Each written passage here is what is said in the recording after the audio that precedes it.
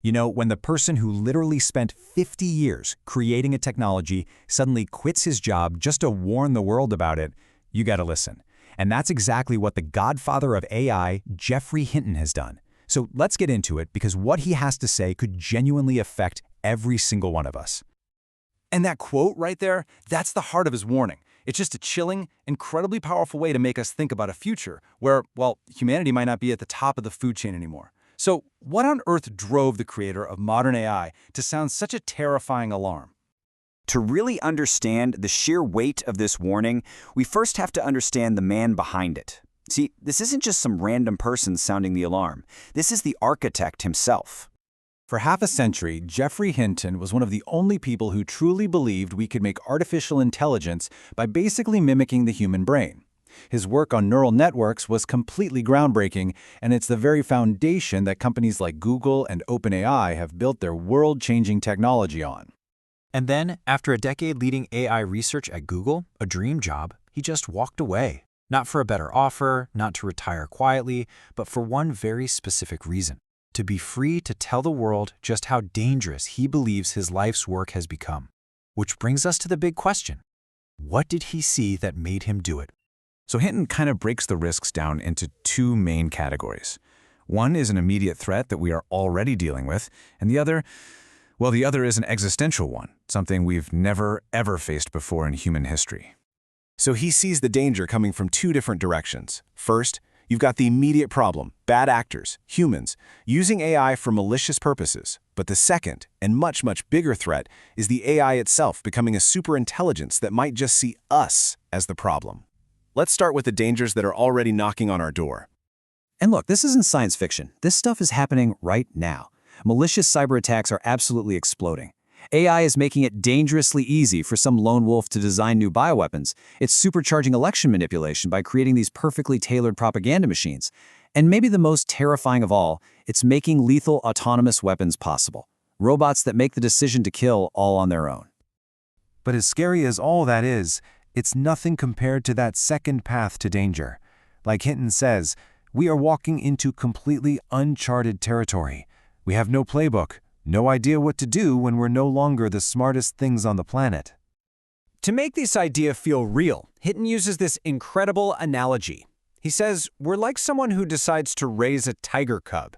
Yeah, it's fascinating and kind of cute right now, but you have to be absolutely 100% certain that when that thing is fully grown and way more powerful than you, it will never, ever decide to turn on you. Because if it does, you're done. And this comparison really gets to the heart of why that tiger is going to grow up to be so powerful. Unlike our brains, AI is digital. You can make perfect identical copies of it, and AI's knowledge doesn't die when it's shut down. You just reboot it. And while you and I share knowledge pretty slowly, through words, AIs can share trillions of bits of information with each other instantly. They're essentially immortal, and they have a hive mind. But hey, even if AI never decides to wipe us out, Hinton warns about another, more immediate threat: the end of work as we know it. And he argues this time, this revolution is completely different from anything we have ever seen before. Just think about it for a second. The last huge shakeup, the Industrial Revolution, that was all about machines replacing our physical strength. A machine could dig a ditch way faster than any person could. But this revolution? This is fundamentally different. AI isn't coming for our muscles, it's coming for our minds. It's targeting all that routine intellectual work, the very thing that so many of us rely on to make a living. And this isn't just a theory. Hinton points to his own niece. A task that used to take her 25 minutes now takes 5. One person can suddenly do the work of 5 people. Which leads to a pretty obvious and unsettling question: what happens to the other 4? So what's his advice? Well, it's blunt. He says that for now, jobs that require really complex physical skills are safe. In his own words, if you want a future-proof career, train to be a plumber. Really. It's a shocking thing to say, but it just underscores how disruptive he thinks this is all going to be.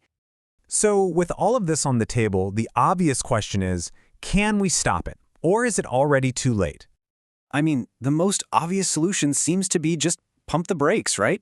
Let's just slow down AI development to give ourselves some time to figure out all the safety stuff. But can we actually do that? According to Hinton, the answer is a hard no. The race is too intense.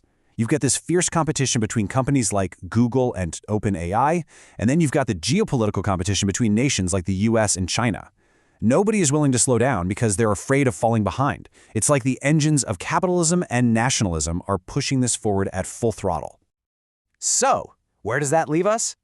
This is where you get the raw honesty from the man who started this whole thing. He admits he doesn't have the answer. He goes back and forth between hope and despair. Some days he thinks we can figure it all out. Other days he thinks humanity is, and I quote, toast. So what does this all mean for us? Well, it means we are staring down a future that even the Godfather of AI can't predict. And that is Hinton's final urgent plea. It's a call to action, to take this threat seriously, to pour massive resources into safety, and to really confront the possibility that the clock is ticking a lot faster than any of us realize. A pretty chilling thought from the man who started it all.